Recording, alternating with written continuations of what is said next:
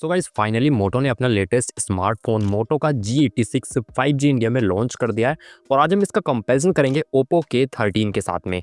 Oppo K13 just अभी अप्रैल में ही आया है। दोनों का कंपैरिजन करेंगे, स्पेक्स बाय स्पेक्स से कंपैरिजन होने वाला है। लास्ट में आपको बताऊंगा कि आप कौन सा परचेज कर सकते हैं। तो हेलो दोस्तों, मेरा नाम है रोहित और स्वागत है आप सभी का एक और लेटेस्ट टेक वीडियो में।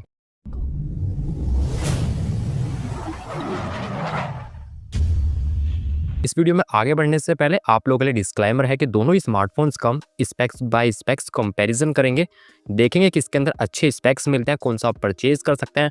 बट जब भी स्मार्टफोन परचेज करना होगा तो वो डिसीजन आप लोगों का होगा, क्योंकि ये कोई स्पॉन्सर वीडियो बिल्कुल भी नहीं है। चलिए स्टार्टिंग करते हैं दोनों स्मार्टफोन्स के इनबॉक्स आइटम से। दोनों ही स्मार्टफोन के बॉक्सेस में आपको हेडसेट मिलता है, अडेप्टर मिलता है, USB केबल मिलती है, सिम इंजेक्टर टूल मिलता है, फोन केस मिलता है और कुछ यूजर गाइड देखने के लिए मिल जाते हैं।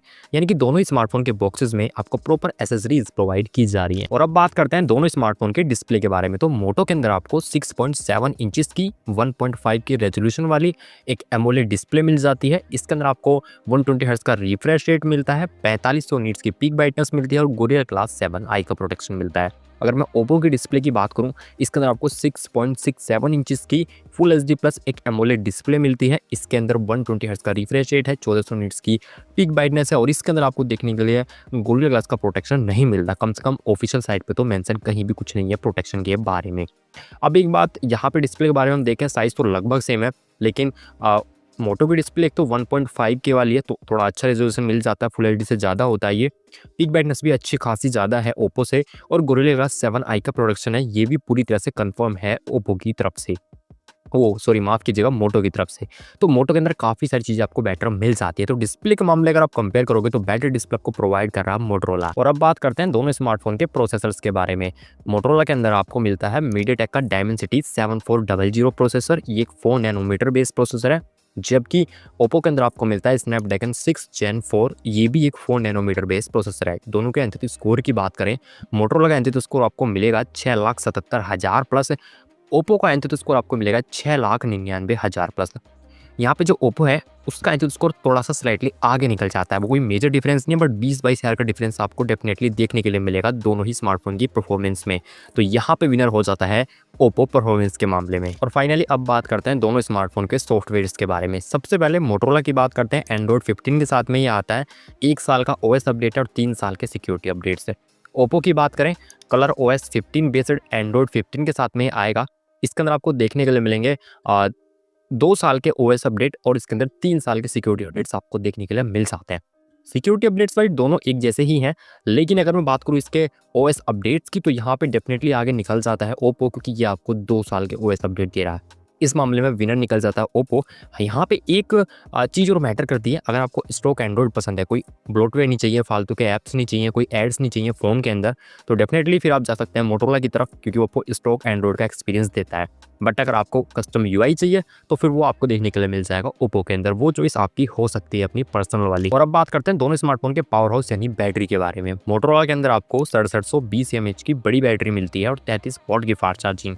ओप्पो आपको दे रहा है 7000 mAh की बड़ी बैटरी और 80 वॉट की फास्ट चार्जिंग। देख रहे हो आप, मतलब मोटोरोला जो ओप्पो है कितनी बड़ी तो बैटरी दे रहा, 7000 mAh। सच में यार, वैसे तो मोटोरोला की बैटरी भी बड़ी है, 6720 कम नहीं होता, बट ओप्पो तो उसका भी गुरु है, वो आपको दे रहा 7000 mAh की बैटरी और 80 वॉट की फास्ट चार्जिंग। यानी कि जितनी बड़ी बैटरी है उतनी ही जल्दी चार्ज भी हो जाएगी, क्योंकि फास्ट चार्जिंग 80 वॉट की है और अडेप्टर तो दोनों के साथ बॉक्स में मिल ही जाता है। बट यहाँ पे विनर है आपका ओप्पो। और फाइनली अब बात करते हैं दोनों स्मार्टफोन के कैमरा सेटअप के बारे में।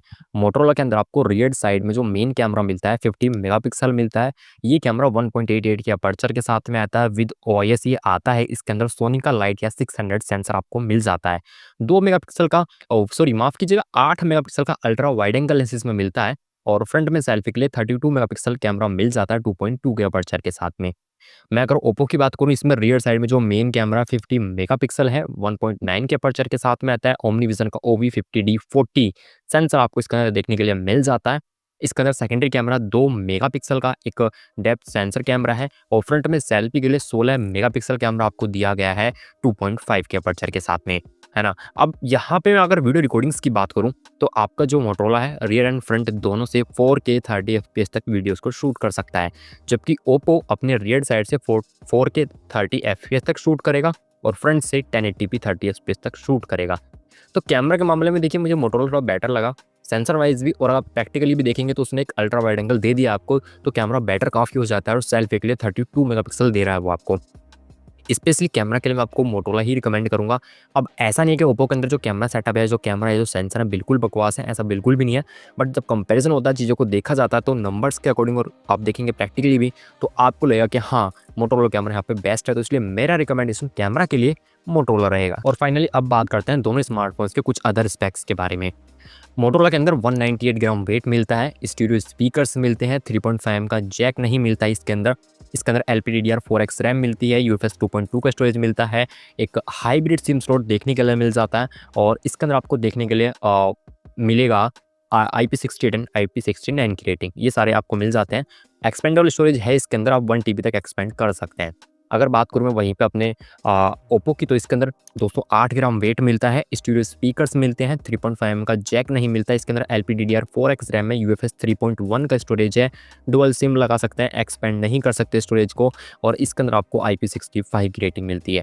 डेफिनेटली वेट के मामले में ओप्पो थोड़ा माफ़ कीजिएगा, मोटोरोला थोड़ा सा हल्का है यहाँ पे, है ना, 198 ग्राम वेट है क्योंकि, तो आई थिंक 10 ग्राम का लगभग फ़र्क है ना वेट के अंदर अगर बात करेंगे तो। और वहीं पे अगर मैं आईपी रेटिंग की बात करूँ, मोटोरोला बेस्ट है, IP68 एंड 69 की रेटिंग प्रोवाइड कर रहा है। UFS के मामले में अगर मैं बात करूँ तो वहाँ पे आगे निकल जाता है ओप्पो, क्योंकि UFS 3.1 का स्टोरेज आपको प्रोवाइड कर रहा है। और अगर हम बात करेंगे इसकी, तो आपको हाइब्रिड सिम स्लॉट देखने के लिए मिल जाता है मोटोरोला के अंदर। तो गाइस मैंने आपको दोनों स्मार्टफोन्स का स्पेक्स बाय स्पेक्स कंपैरिजन करके बता दिया है। अभी बात करेंगे दोनों के प्राइस के बारे में, वेरिएंट्स के बारे में, लास्ट में बताऊंगा कौन सा परचेज करना चाहिए या फिर कौन सा आप कर सकते हैं। पहले बात करते हैं मोटोरोला की। एक वेरिएंट मिलता है 8 128 का, जिसका प्राइस आपको देखने के लिए मिल जाता है 17,999 रुपये। ओप्पो की बात करूं, एक वेरिएंट 8 128 का है, जिसका प्राइस है 17,999 रुपये। दूसरा वेरिएंट है 8 256 का, जिसका प्राइस है 19,999 रुपये। दोनों के ऑफिशियल प्राइसेस मैंने बताए हैं। डिस्काउंट जिस पे जितना भी मिले आप उसको जो है अप्लाई कर सकते हैं और ले सकते हैं। वैसे एक बात बता दूं, मोटोरोला की पहली सेल में आपको जो डिस्काउंट मिलेगा आई थिंक 1000 का देखने के लिए मिल जाएगा, बट वो मैं इंक्लूड नहीं करता हूँ इसके अंदर कभी भी। बात करते हैं ले कौन सा। तो दोस्तों मेरी एक बात अब आप हमेशा याद रखिए, मैं बोलता हूँ लगभग हर वीडियो में, कॉम्प्रोमाइज़ तो करना ही पड़ता है। कितना भी बड़ा स्मार्टफोन हो, कहीं ना कहीं स्पेक्स में करना ही पड़ता है। ये दोनों स्मार्टफोन में मैं ऐसा नहीं कह सकता आप ये ले लो, क्योंकि दोनों के अंदर अलग अलग तरीक़ों से अलग अलग सेक्शन में अलग अलग चीज़ें दी गई हैं। जैसे कि अब मान लीजिए बैटरी बहुत ज़्यादा चाहिए लोगों किसी को, बैटरी और फास्ट चार्जिंग, तो जा सकता है किसकी तरफ, ओप्पो की तरफ, क्योंकि वहाँ पे बैटरी काफ़ी बड़ी है, सब 7000 mAh की है और 80 वॉट की फास्ट चार्जिंग है। किसी को डिस्प्ले बहुत बढ़िया चाहिए तो वो जा सकता है मोटोरोला की तरफ, डिस्प्ले 1.5 के रेजोल्यूशन के साथ में आती है, पीक ब्राइटनेस भी काफ़ी ज़्यादा है ना। इस टाइप से अलग अलग चीज़ें देख सकते हैं। मैं थोड़ा सा बता देता हूँ यहाँ पे। प्रोसेसर बढ़िया चाहिए थोड़ा सा, और लंबे टाइम तक फ़ोन चलाना, लंबे टाइम तक अपडेट्स मिले, बैटरी बड़ी चाहिए, ठीक है, फास्ट चार्जिंग ज़्यादा चाहिए। अगर ये सारी चीज़ आपको चाहिए तो मैं आपको रिकमेंड करूँगा यहाँ पे ओप्पो। और अगर यहाँ पे आपको थोड़ा सा क्या डिस्प्ले बढ़िया चाहिए, कैमरा थोड़ा बढ़िया चाहिए, है ना, आईपी रेटिंग बढ़िया चाहिए, तो फिर आप ले सकते हैं मोटोरोला। तो अब ये आपको डिसाइड करना कि आपको चाहिए क्या स्मार्टफोन के अंदर, है ना। कोई भी फ़ोन इन दोनों में से परफेक्टली मैं नहीं कहूँगा कि ये वाला पूरा परफेक्ट है, क्योंकि कहीं पे क्या है, अब मोटोरोला आपको IP68 एंड 69 की रेटिंग दे रहा है, जबकि ओप्पो सिर्फ IP65 की रेटिंग दे रहा है, ठीक है। तो इस हिसाब से जो आपकी ज़रूरत है उस हिसाब से आप फ़ोन को चूज़ कर सकते हैं। तो मैंने आपको चीज़ें बता दी हैं डिटेल में, आई होप आपको समझ में आ गया होगा।